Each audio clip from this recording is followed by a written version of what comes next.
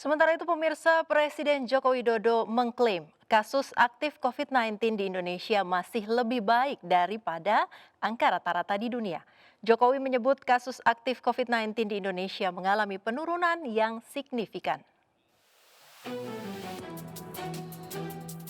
Dalam rapat terbatas di Istana Presiden Jakarta dengan berkomite penanganan coronavirus disease 2018 dan pemulihan ekonomi nasional KPCPEN, Presiden Joko Widodo optimis angka kasus aktif COVID-19 di Indonesia akan terus mengalami penurunan yang signifikan. Berdasarkan data pada 11 Oktober 2020, rata-rata kasus aktif COVID-19 di Indonesia sebesar 19,97%. Angka ini pun menunjukkan lebih rendah dari rata-rata kasus aktif COVID-19 dunia yang mencapai 22,1%.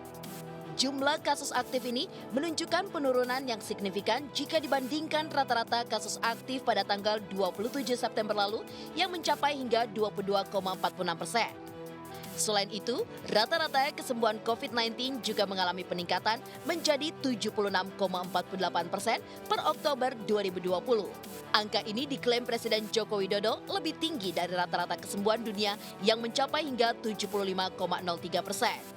Kemudian yang penting juga menekan terus kasus positif dengan terus menyampaikan mengenai pentingnya kedisiplinan terhadap protokol kesehatan. Kemudian untuk proses pemulihan ekonomi sampai dengan 7 Oktober saya mencatat realisasi anggaran, ini khusus realisasi anggaran untuk klaster bantuan sosial ini sudah mencapai 66%, klaster UMKM mencapai 76%, dan untuk klaster tambahan subsidi energi sudah sampai pada angka 94%. Dalam kesempatan ini, Presiden Jokowi berpesan untuk terus menekan angka kasus positif COVID-19 dan angka kematian di Indonesia dengan selalu memperketat penerapan dan kedisiplinan terhadap protokol kesehatan.